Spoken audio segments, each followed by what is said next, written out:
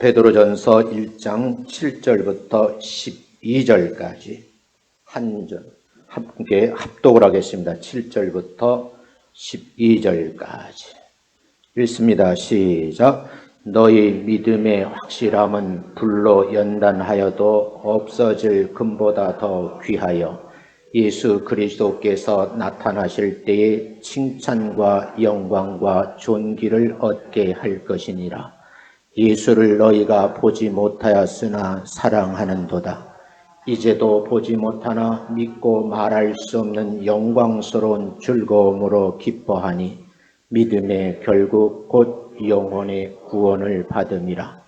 이 구원에 대하여는 너희에게 임할 은혜를 예언하던 선지자들이 연구하고 부지런히 살펴서 자기 속에 계신 그리스도의 영이 그 받으실 고난과 후에 받으실 영광을 미리 증언하여 누구를 또는 어떠한 때를 지시하는지 상고하니라.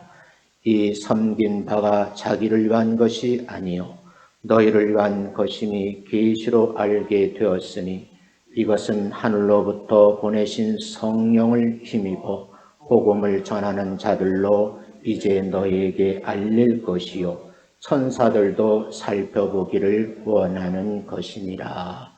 아멘. 여러분들 삶에 풍요로움이 함께 하시기를 주의 이름으로 축원합니다. 믿음이라는 것이 무엇일까?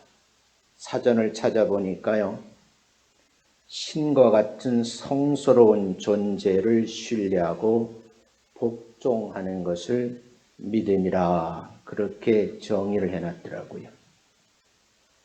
오늘 이 예배에 참석한 모든 성도들은 예수 그리스도를 믿고 복종하는 행위로 하나님 앞에 예배 드리는 자들, 믿음의 사람인 줄로 믿습니다. 세상 사람들이 어울려 살아가는 삶에는요, 기본적인 동기가 있어야 되는데 그게 신뢰라는 거예요. 서로 간에 이 신뢰가 무너지면 불신사회가 되는 거거든요. 저는 요즘 매우 안타깝게 생각하고 있어요. 왜 사람들이 서로를 믿지 못하고 저렇게 불신을 하면서 헐뜯을까?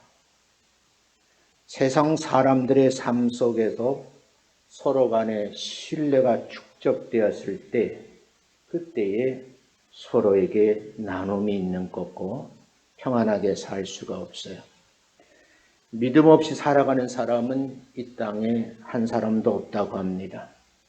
사람들은 무엇을 믿든 간에 신뢰하는 대상이 있고 그 대상을 의지하면서 심리적인 안정을 느끼고 평안한 마음을 유지하면서 세상의 삶을 살아간다고 그래요.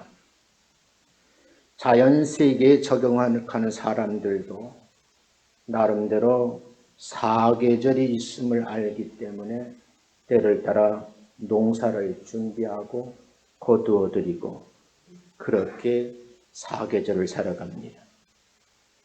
무의식 중이라도 가족의 구성원들이 서로 신뢰하고 있다는 믿음이 전제되기 때문에 한 집안에서 동거가 가능하게 된 거죠. 노선버스를 운전하는 기사를 믿을 수가 없다면 그 버스를 탈 수가 없겠죠. 허기진 배를 움켜쥐고 식당에 뛰어들어갔는데 그 식당의 주방장을 믿지 못한다고 하면 그 음식을 먹을 수 있을까? 우리나라 사람들은 가장 못 믿을 집단이 정치가들이라고 그렇게 혹평을 하더라고요. 그럼에도 불구하고 어쩔 수 없이 또 믿어야만 하는 것이 현실이라고 그래요. 나라를 지키는 젊은이들, 치안지를 쓰는 경찰관들을 신뢰해야지만 기나긴 밤을 편안하게 주무실 수가 있어요. 세상에는 사람들을 분류를 해보면 두 부류의 사람이 존재한다 그래요. 세상 사람들 가운데 한 부류는 하나님이 계시다고 믿는 사람들이고 한 부류는 하나님이 없다고 생각하는 사람들이. 하나님께서 살아계심을 확실히 믿는 사람들은 오늘 예배당에 모인 성도들처럼 예배 생활을 통해서 내가 신앙임을 재확인하는 과정을 거치죠. 그러나 하나님을 믿지 않는 사람들은 재물이나 세상에 소망을 두고 있기 때문에 지금 이 시간도 육신의 쾌락을 쫓아 자기의 삶을 달려갑니다. 다시 말하면 세상에는 신앙의 기준으로 사람을 나눈다고 하면 하나님이 계신다고 믿는 사람들이 있는가 하면 하나님이 없다고 생각하는 사람들도 있다는 거예요. 하나님께 우리가 예배 드리는 것은 하나님이 살아계셔서 역사하신다고 믿는 사람들이기 때문에 예배자로 예배당 안에서 성도들과 함께 교제를 나누는 거예요. 반대로 하나님이 없다고 믿는 사람들은 재물이나 세상을 믿고 자기 기준으로 살아가는 거죠. 믿음에도 차이가 있다 그래요. 그런데 신념과 신앙을 혼동하는 분들이 있어요. 교회 다니는 성도조차도 신념과 신앙을 오해하고 오인하는 사람들이 있어요. 굳이 설명을 한다 그러면 신념은 세상 사람들이 가지고 있는 그 무엇이든 자신이 믿고 사는 삶의 주체를 말해요. 신앙이라는 것은 살아계신 하나님을 믿고 십자가에 달려 죽으셨다가 3일 만에 부활하신 예수님을 믿음으로 구원받는다는 믿음의 확신을 가진 사람들이 하는 행위를 신앙행위라 그렇게 말씀을 드릴 수 있어요. 사람마다 그 믿음의 대상이 다를 수도 있다는 거예요. 하나님을 믿지 않는 사람들은 세상과 재물을 믿어요. 나는 아닙니다. 나는 무신론자입니다. 그렇게 말하도 그 사람의 내면을 보면 믿는 대상과 믿는 존재가 없은 무너진다는 거예요. 하나님을 믿는 성도는 천지 만물을 창조하신 성삼위 하나님을 절대 하나님으로 믿는 공동체의 구성원인들로 믿습니다. 우리의 죄를 대속하기 위해서 십자가에서 죽으셨다. 3일 후에 부활하신 예수님을 믿는 사람들이 모여있는 공동체. 그 공동체를 교회라고 말합니다. 오늘도 하나님과 예수님의 거룩한 영으로 우리 가운데 임재하소서. 내가 말씀을 들을 때 감동을 주시고 다른 사람들과 더불어 살 때 감화력을 주시고 교통하게 하시고 동행하시는 성령님의 역사를 믿는 사람들이 신앙인들입니다. 이렇게 신념과 신앙은 다르다는 거예요. 정리를 해보면 신념은 자기의 생각과 주장과 야망을 관철하고자 노력을 한다는 의미를 갖고 있고요. 신앙은 살아계신 하나님 앞에 자기 생각과 자기 주장과 고집을 내려놓고 우리 가운데 역사하신 성령님의 뜻을 따라 순종하면서 한평생 살아가기로 고백하고 믿음을 가지고 예배 생활하는 사람을 말해요. 믿음이라고 다 같은 믿음은 아니라고 그러더라고요. 세상에는 건강한 사람과 병든 사람이 있는 것처럼 믿음도 건강한 믿음이 있고 병든 믿음이 있다 이렇게 구분을 하더라고요. 세부적으로 나누면 믿음에도 참된 믿음이 있고 거짓된 믿음이 있어요. 삶 속에 나타나는 것을 보면 올바른 믿음도 있고 잘못된 믿음도 있습니다. 여기에 양면이 있다는 말이에요. 신앙인들은 전체적인 입장에서 그 양면성을 볼 수 있어야지만 건강하고 올바른 신앙생활을 할 수 있다는 겁니다. 여러분들은 천국과 지옥이 어떻게 다르다고 생각을 하고 계신지요? 건강한 믿음과 병든 믿음이 무엇이 다르다고 생각을 하는지요? 분명한 것은 교회 안에 발견된 믿음도 천차만별이라는 거예요. 하나님을 믿기는 믿는데 올바르게 잘 믿는 사람이 있는가 하면 잘못된 믿음을 가지고 있는 사람들도 있다는 거예요. 여기에서 우리 다른 사람의 믿음을 정죄하거나 비판할 필요는 없겠지만 우리가 한번 고민을 해봐야 된다는 거예요. 우리가 품고 있는 믿음이 좀 확실했으면 좋겠어요. 건강한 믿음과 병든 믿음의 차이는 분명히 존재하는데 그 존재 자체를 모른다고 하면 모르는 것으로 끝나는 것이 아니라 하늘과 땅만큼이나 그 결과는 상상할 수가 없다는 거예요. 다시 정리드리면 천국과 지옥의 결과물이 된다는 거예요. 교회 안에도 두 종류의 믿음이 있어요. 한 부류는 건강한 믿음의 성도고 건강한 믿음의 성도들을 보면 하나님의 뜻을 분별하고 그 말씀에 순종하고자 노력하는 사람들이 스스로 자기 교만을 버리고 낮은 자리에서 섬기는 삶을 살아가려고 애쓰시는 분들이에요. 또 한 부류의 사람들은 병든 사람들인데 이 사람들이 신념의 사람인데 자기 생각과 집념, 고집을 버리지 않는 사람들. 자기가 잘났다는 우월감으로 열정적으로 살아가는데 사람들이 평하긴 부지런하다고 그러죠. 보기에는요, 모양새가 그럴듯하지만 전문가가 들여다보면 건강하지 않다, 병이 들었다, 그렇게 진단을 한다는 거예요. 여러분, 종료주일이고 내일부터 고난주간이 구원을 위한 고난의 행진을 우리 한번 일주일 동안 같이 함께 행진했으면 좋겠어요. 본문의 내용을 좀 살펴보겠습니다. 이 본문의 시작 1절에 보면 사도 베드로는 본도 지역, 갈라디아, 갑보디아 또는 비두니아, 아시아 각 지방에 흩어져 사는 유대인 성도들에게 쓴 편지의 내용이에요. 그럼 지금의 터키 지역이라고 볼 수가 있어요. 그 첫 번째 편지가 베드로서인데 그 내용은 주로 핍박을 당하고 어려움을 겪는 성도들에게 매우 힘들지만 하나님의 말씀에 순종하고 예수 그리스도의 피뿌림을 얻기 위하여 택하심을 받은 성도답게 끝까지 인내하며 잘 살아가라는 당부의 말씀이에요.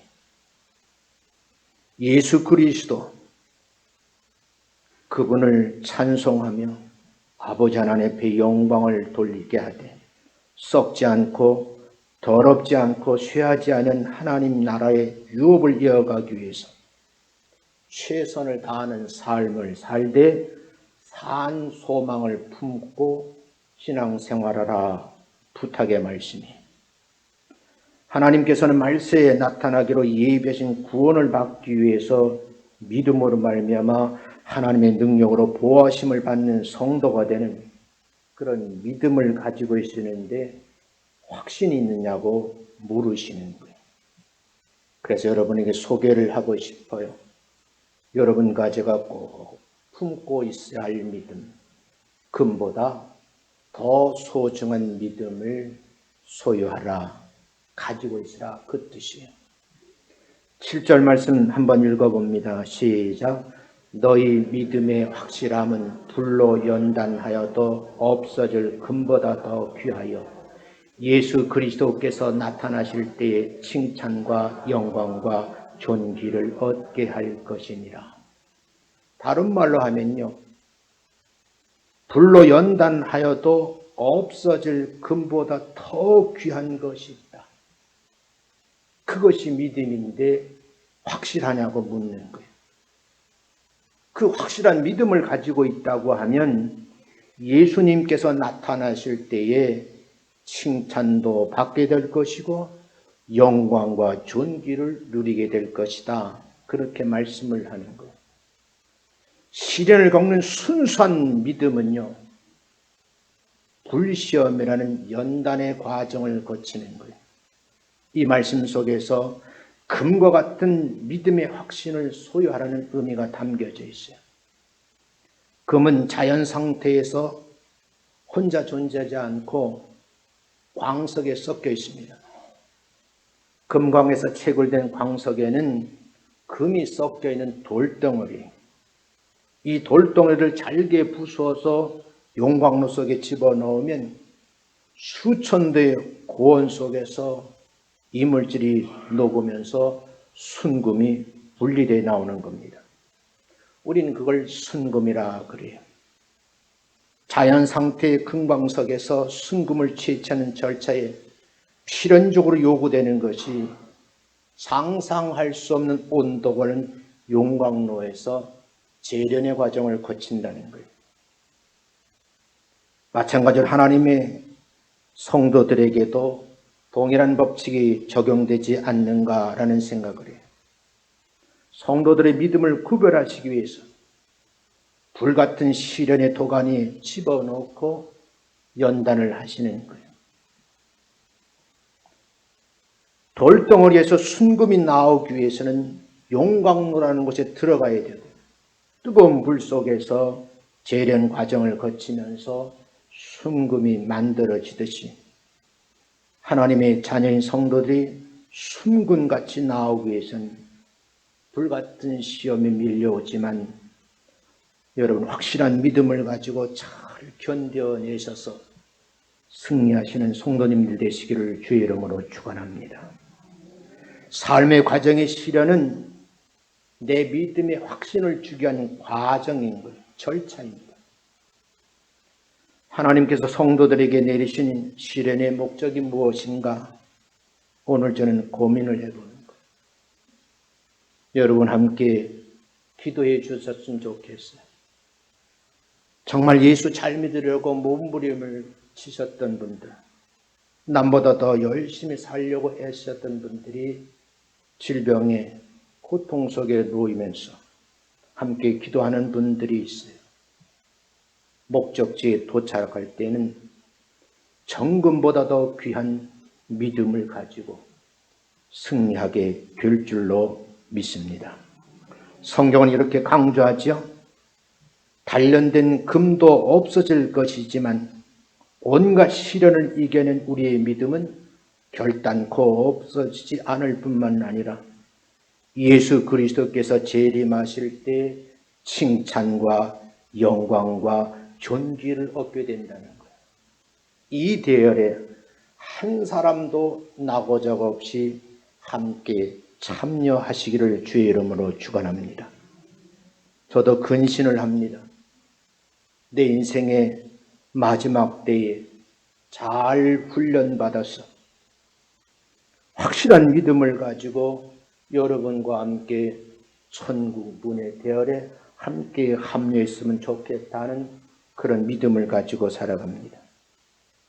우리는 환난에 의해서 시련을 겪게 될 때 참고 이겨내시되 그 어려움을 기쁨으로 좀 승화시켜서 좀 수준 높은 신앙생활 하시기를 주님의 이름으로 축원합니다. 이 시련이 끝나게 될 때가 바로 그리스도께서 영광스러운 가운데 재림하실 때라고 말씀을 하시요. 견뎌내시고요. 승리하시는 믿음의 성도들에게 예비되어 있잖아요.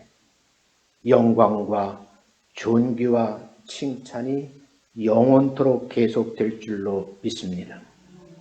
다시 말씀드리면 성도들에게 있어서 믿음의 확신이 절대적으로 필요하다 강조하는 말씀이에요. 명문대학이죠. 서울대학교에서 철학을 전공하고 미국의 유명 대학에 유학을 가신 분이 계세요. 열심히 공부해서 박사학위를 수득을 하셨어요. 공부를 많이 하시다가 그분이 어느 날 깨달음을 얻게 됐어요. 귀국해서 그의 깨달음대로 모 교단 신학대학원에 진학을 해서 신학 공부를 하고 내가 목사가 돼야 되겠다 하고 집안에 폭탄 선언을 했습니다. 이분의 부모님은 예수님을 믿지 않는 분들이에요. 내가 평생 아들을 위해서 헌신했는데 그렇게 똑똑한 아들이 미국에 가서 박사학위까지 받은 아들인데 목사가 된다니 말이 안 된다는 거예요.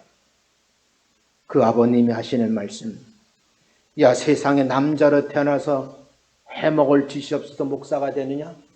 이 바보 같은 놈아 하고 야단을 치시면서 불만을 토로하시는 거예요.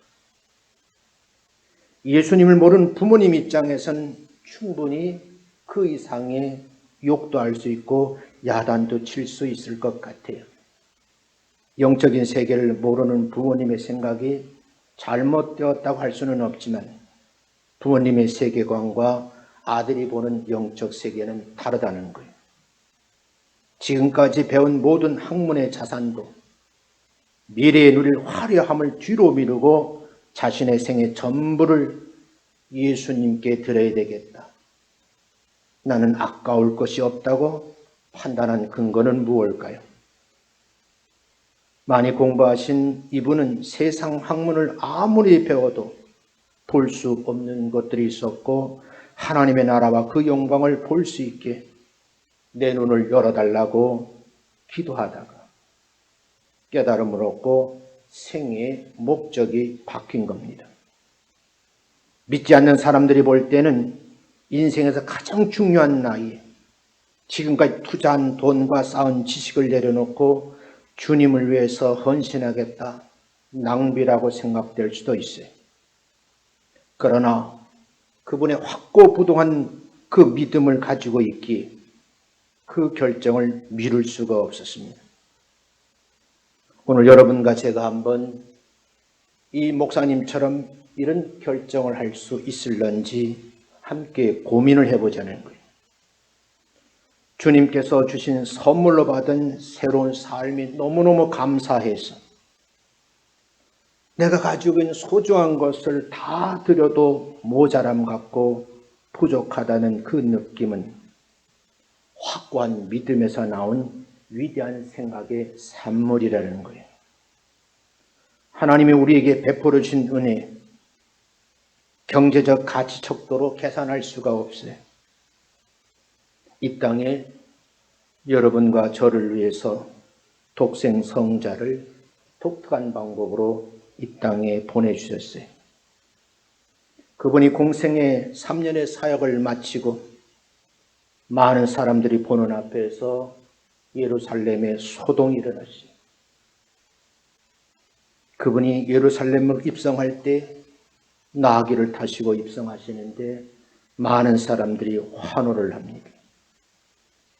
사랑하는 성도 여러분, 지금 우리는 어떤 문제를 가지고 환호하고 있는지요? 아직까지 육의 몸을 입으시고 이 땅에 오신 예수님을 바르게 인식하지 못하는 이 박사님의 부모님들처럼 생각이 막혀 있는 분은 안 계신가요? 인생의 삶의 여정에 예수님을 꼭 만나신 분들이 복받은 주인공들인데 이 예배에 참여한 성도인 줄로 믿습니다. 옆 사람하고 한번 칭찬하겠습니다. 당신은 복받은 주인공입니다. 시작. 인상 쓰지 말고 다시요. 당신은 복받은 주인공입니다. 시작. 예수님의 사랑을 경험하고 그 은혜를 받아 누리시기를 주의 이름으로 축원합니다. 이것이 그리스도인의 삶이라는 거예요. 그러므로 구원을 위한 고난의 행진에 이번 주간에 꼭 참여해 주셨으면 좋겠어요. 허 목사님과 함께 의논을 했어요. 해마다 부활절이 오면 부활절 절기 헌금 중에서 많지는 않지만 50여만 원을 어려운 교회를 해마다 지원해 왔어요. 저는 새벽에 엎드려 기도하면서 마음에 감동이 밀려오더라고요. 한 번 더 해라. 다들 교회가 어렵잖아요. 한 번 더 해라. 몇 번 망설였어요. 그리고 기도한 그때 결론을 내렸습니다. 성도들에게 거룩한 부담을 좀 드려야 되겠구나. 그리고 기도하는 가운데 교계의 원로 목사님들이 생각이 났어요. 우리가 이 거룩한 시련의 과정을 함께 거치면서 이분들에게 손을 내밀어야 되지 않을까. 그래서 오늘 여러분들에게 선포합니다. 내일 아침부터 주일 아침까지 한 끼씩 금식하자는 거예요. 그 끼니가 여러분의 생각으로 계산을 하셔서 연보함에 넣어주시면 원로 목사님에게 전달하려고. 물론 예상 금액이 모자라면 재성에서 보태겠지만 이 약속은 우리가 하지 않으면 안 되겠다라는 그런 생각을 했죠. 기도도 하시고 함께 동참하시기를 주의 이름으로 축원합니다. 근데 아멘 소리가 안 크니까 큰일 났네. 큰 소리로 아멘. 아멘 하신 분은 약속한 거예요. 두 번째, 오늘 본문의 말씀은 구원의 약속이에요. 8절부터 11절까지 읽겠습니다. 시작. 예수를 너희가 보지 못하였으나 사랑하는도다. 이제도 보지 못하나 믿고 말할 수 없는 영광스러운 즐거움으로 기뻐하니 믿음의 결국 곧 영혼의 구원을 받음이라. 이 구원에 대하여는 너희에게 임할 은혜를 예언하던 선지자들이 연구하고 부지런히 살펴서 자기 속에 계신 그리스도의 영이 그 받으실 고난과 후에 받으실 영광을 미리 증언하여 누구를 또는 어떠한 때를 지시하는지 상고하니라. 아멘. 베드로는 이렇게 말씀을 하는 거예요. 소아시아 지역에 흩어 사는 믿음의 유대인들인데 너희가 십자가에 달린 예수를 보지는 못했지만 바울과 같은 사람들이 목숨을 담보로 해서 아시아 지역에 복음을 전할 때 예수 믿은 사람들이거든요. 그들의 면면을 살펴보니 예수님을 너무너무 사랑하는 거예요. 그래 사랑하는도다 그래요. 그 다음에 보면 지금도 보지 못하고 있지만 믿고 있구나. 말할 수 없는 영광스러운 즐거움으로 기뻐하는 것을 베드로가 보니 이거는요 인정할 수밖에 없잖아요. 그래서 9절 말씀을 제가 좀 해석을 하면 8절과 같은 예수를 본 적이 없음에도 불구하고 사랑하고 지금도 뵌 적이 없지만 영광스러운 즐거움으로 기뻐하는 확고한 믿음을 갖추고 있는 너희들에게 구원이 약속되어 있다는 거예요. 그래서 이 행진을 멈추지 말아라 그런 뜻이에요. 사랑하는 성도 여러분, 하나님께서 우리를 구원하시겠다는 약속에는 오직 한 가지 믿음의 확신이 있으셔야 돼요. 예수님을 육신의 눈으로 보지 않는 것도 수준 높은 겁니다. 예수님께서 여러분과 저를 목숨처럼 사랑하시는 줄로 믿습니다. 예수님의 사랑을 눈으로 보지 못하지만 믿고 말할 수 없는 영광스러운 즐거움으로 기뻐하는 이 소아시아 지역에 있는 교회를 바라보면서 베드로는 고백을 한 겁니다. 믿음의 결국은 우리의 영혼이 구원을 약속받았다는 확신으로 충만하여 어떤 시련이 와도 어떤 고통이 와도 어떤 아픔이 와도 흔들리지 말고 담대하게 신앙생활을 잘 했으면 좋겠다 하는 베드로의 부탁입니다. 여러분, 이 고난 주간 동안에 특별히 몸이 아프신 분들을 위해서 기도해 주면 좋겠어요. 제가 지금 마음이 울적해요. 평생 저하고 동력하셨잖아요. 아침에 예배 오셨다가 아마 통증이 계셔서 집에서 영상 예배를 드린다고 저한테 문자가 왔어요. 절대 그러실 분이 아닌데. 이 고난주간 동안에 여러분들이 말할 수 없는 육체적인 고통 가운데 신음하는 환우를 위해서 기도해 주시기를 주의 이름으로 축원합니다.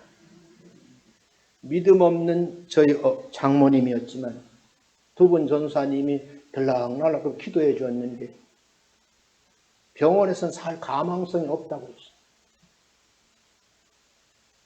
많이 살으면 10년 정도 살 거라고 그러더라고요.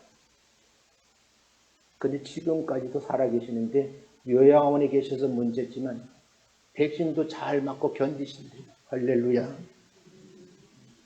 여기 앉으신 우리 유솔의 권사님의 부군 되시는 우리 황선은 성도. 저분이 교회 와서 앉아있는다는 상상도 할 수 없는 일이었어요. 근데 꼬박꼬박 주일이면 아내의 손을 잡고 교회로 오잖아요. 기도가 그만큼 중요하다는 거예요. 새벽에 간곡히 호소합니다. 몸이 불편하시고 어려움이 있는 분들은 제외하고 교회가 너무 멀어서 올 수 없는 분들을 제외하고는 가까이 계신 분들은 새벽에 같이 나와서 기도해 주셨으면 좋겠다 하는 말씀을 다시 한번 강권하여 권면합니다. 하나님께서는 우리 구원을 약속하셨기 때문에 과거의 잘잘못을 논하지 않습니다. 우리가 착한 사람이었던 간에 악한 사람을 따지지 않으세요. 십자가 밑에 나와 나 자신의 죄를 회개하고 주님을 영접하고 믿으면 구원하시겠다는 말씀이 우리가 하나님을 아버지라고 부를 자격도 없는 사람인데 십자가의 은혜를 우리들에게 허락해 주셨어요. 그렇다고 하면 우리 십자가의 은혜를 주님과 주님의 몸된 교회와 성도들을 섬기는 일에 한번 헌신하자 그런 말씀을 권면하고 싶어요. 나 같은 사람에게 은혜를 주셔서 직분을 주셨잖아요. 목사가 됐어요. 장로가 되고 안수 집사가 되고 권사가 되고 집사가 된 거예요. 하나님의 은혜가 아닐까요? 세상 그 어디에서 나 같은 사람을 성직으로 부르신다는 말입니까? 건강을 유지하면서도 하루하루 살아가는 것도 십자가의 은혜예요. 새벽 4시면 3시 50분은 저는 알람 시계에 의해서 눈이 떠져요. 샤워를 하면서 느끼는 것은 하루를 더 살 수 있는 은혜를 주셨구나. 감사의 고백을 하며 예배당을 향해 달려옵니다. 사랑하는 성도 여러분, 우리 모두 하나님의 은혜를 구원의 확신으로 보답해야 될 줄로 믿습니다. 하나님께서 베푸신 이 구원의 약속을 얻기 전에 우리는 어떤 존재였는가?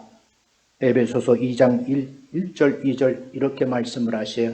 한번 읽어봅니다. 시작. 그는 허물과 죄로 죽었던 너희를 살리셨도다. 그때 너희는 그 가운데서 행하여 이 세상 풍조를 따르고 공중의 권세 잡은 자를 따랐으니 곧 지금 불순종의 아들들 가운데서 역사하는 영. 우리가 허물과 죄로 죽었던 사람이라고 이렇게 정리를 하고 있어요. 그 사람이 죄악 가운데서 악한 행동을 많이 한 거예요. 과거에 그런 경험을 가지고 있던 사람들이라는 거예요. 세상의 풍속을 쫓아 미신을 믿던 사람들이, 전력 있는 사람들이, 공중권세자 마귀를 따라 나르던 어리석은 사람들이었어요. 제대로 모르니까 세상 재물을 하나님보다 더 좋아하고 예배를 소홀히 했어요. 세상 사람을 하나님보다 더 사랑하지는 않았는지요. 이 모든 것을 하나님이 가장 싫어하는 우상이라고 성경은 정의를 내리고 있습니다. 하나님께서 과거에 이런 잘못이 있음에도 불구하고 십자가에 달려 돌아가신 예수님의 보혈의 피로 우린 구원을 약속받은 성도인 줄로 믿습니다. 솔직히 우리는 지금까지 예수 믿기 전에는 불순종의 자식들이었어요. 두려움의 노예가 되어서 사단이 시키는 대로 세상 사람들의 악한 짓을 하며 육체의 욕심을 쫓아 생활했던 사람들이 거짓말을 너무 많이 하고요. 악하고 음란한 생각을 많이 저질렀던 사람들이 남 속이기를 식은 죽 먹듯 하는 것. 며칠 전에 어떤 분이 안타까운 문자를 저한테 보냈어요. 그렇게 제가 주의를 줬는데 보이스피싱이 당한 거예요. 가족은 전 재산 4천만이 순간에 사라져버렸어요. 어떻게 했으면 좋겠는가. 방법이 뭐고 경찰에 신고하시죠. 지금까지 못 찾았습니다. 우리 주변에 본 악한 사람들이 너무 많아요. 그런가 하면 다른 사람의 마음을 아프게 하지는 않았는지, 상처를 주고 손해를 입히지 않았는지, 왜 이런 짓을 했는가? 본질상 진노의 자녀였기 때문이라고 성경은 말해요. 그냥 놔버려 두면 아무 쓸데도 없는 그냥 그런 사람이에요. 하나님께서 우리를 사랑하셔서 우리의 모든 죄를 용서하시고 우리의 죄악을 징계하시지 아니하고 약한 점을 측은히 여기시면서 신앙생활 잘 하시기를 권면하는 말씀이 오늘 본문의 말씀이에요. 그렇다고 하면 하나님께서 예정하신 구원의 약속을 믿는 성도로서 건전하면서도 건강한 믿음을 가지고 이웃을 돌볼 수 있는 복된 기간이 되시기를 주의 이름으로 축원합니다. 이렇게 정리를 할게요. 믿음의 확신과 구원의 약속은 하나님께서 우리에게 허락하신 쌍곡선이라는 거예요. 어떤 쌍곡선? 은혜의 쌍곡선. 곡선은 모나지 않거든요. 우아하고 부드러우면서 아름답게 보여요. 곡선은 서로 충돌하거나 싸우지 않습니다. 하나님의 아름다운 사랑과 같은 것이 쌍곡선이라는 거죠. 믿음의 확신을 가지고 있다고 하면 아무런 조건 없이 사랑을 베풀으셨는데 그 사랑을 전폭적으로 수용을 하시고 믿으셔야 돼요. 우리가 먼저 하나님을 사랑하지 않았고 하나님께서 먼저 우리를 찾아오셔서 사랑해 주셨다라고 말씀을 하시요. 믿음이 확신인 성도의 심령에는 하나님의 곡선과 같은 부드러운 사랑이 자리잡고 있어서 기쁨도 있지만 평안함을 유지하는데 다른 사람이 보았을 때 저 가정은 행복하다. 저 사람은 뭐가 적어서 이렇게 싱글벙글하지? 그런 느낌으로 그런 삶으로 하나님 앞에 보답하시는 여러분 되시기를 주의 이름으로 축원합니다. 하나님께서는 예수님을 믿는 성도에게 구원을 약속하셨는데 구원의 약속이 곡선과 같다는 거예요. 하나님께서 베푸신 구원의 약속은 신분이나 성별, 학력, 지식, 많고 적음의 문제, 성품이나 죄악, 빈부귀천을 따지지 아니하시고 아무런 조건도 없이 무조건 예수님을 내 인생의 구주로 믿고 따르면 돌덩어리 같은 광석을 용광로에 집어넣고 재련의 과정을 거치게 하셔요. 왜요? 순금같이 오염되는 신앙인을 만드시려고 하는 하나님의 의도하심이 계세요. 눈물 겹도록 여러분이 같이 한번 기도해 주시면 좋겠어요. 장로님, 집사님들을 위해서 기도해 주세요. 하나님께서 우리에게 주신 믿음의 확신, 구원의 약속을 쌍곡손으로 받아들이면서 하늘의 신령한 복과 땅의 기름진 복을 함께 받아 누리시기를 주의 이름으로 축원합니다. 다시 부탁드리지만 절대 교만해서는 안 돼요. 조금 가진 것이 있다고, 내가 조금 더 배운 것이 있다고 오만하시면 안 돼요.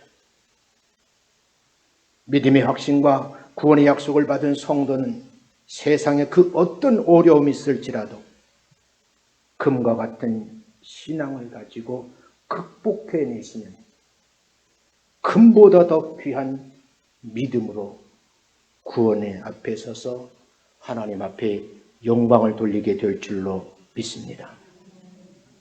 다시 말씀드릴게요. 악한 마귀가 아무리 나를 시험해도 흔들어도 쓰러지지 않고 넘어지지 않고 오히려 강하게 담대해서 하나님 말씀을 붙들고 물리치고 기도로 찬송으로 이겨내시고 승리하시는 성도님들 되시기를 주의 이름으로 축원합니다. 주변에 연약한 분들이 많아요. 이번 여름 고난 주간에 그런 분들을 가슴에 좀 품고 기도해 주셨으면 좋겠어요. 어김없이 여러분 약속하기를 저는 4시 10분이면 교회 와요. 함께 기도하시자고요. 좀 늦어서도 괜찮아요. 정말 코로나19만 아니면 아침 식사를 다 여러분 대접해드리고 기도하고 가라고 권면하고 싶어요. 딱 한 주간. 제가 사실은 팀장님 아프신 줄 모르고 새벽에 반주를 부탁하려고 했어요. 이 한 주간은 새벽 기도회 아니고 새벽 예배를 드리려고. 길진 않지만 30분, 40분 예배지만 마음을 다하고 뜻을 다하고 정성을 다하고 힘을 다해서 함께 신앙생활하는 믿음의 식구들을 위해서 기도하는데 이 고난의 행진 함께 동참했으면 좋겠다 하는 바람이에요. 새벽 예배를 온 나라 중계할 예정입니다. 호 목사님 힘들겠지만 멀리 계신 분들은 정한 시간에 마음을 모으시고 함께 기도해 주셨으면 좋겠어요. 우리가 마음을 모으고 한 마음이 되어서 기도하면 기적은 반드시 일어날 줄로 믿습니다. 그런 믿음의 확신을 가지고 구원의 약속이 실현되기 위해서 하나님의 말씀을 붙잡고 기도하면 반드시 기적은 일어날 줄로 믿습니다. 이 어려운 시대에 경제적인 문제 때문에 어려움을 겪는 분들도 기도하면 때가 되면 다 회복되게 될 줄로 믿습니다. 기도하지 않는 성도, 기도하지 않는 교회는 이 땅에 존재할 필요가 없는 것. 확고한 구원의 확신을 가지고 있는 사람들이 모여서 함께 은혜를 나누는 복된 새벽 예배가 될 수 있도록 여러분들이 함께 기도하시면서 이 구원의 행진에 함께 동참해 주세요. 작게는 어려움의 고난일 겁니다. 이 작은 어려움의 고난에 함께 동참한다는 그런 뜨거운 마음을 가지고 함께 기도해 주시기를 주의 이름으로 축원합니다.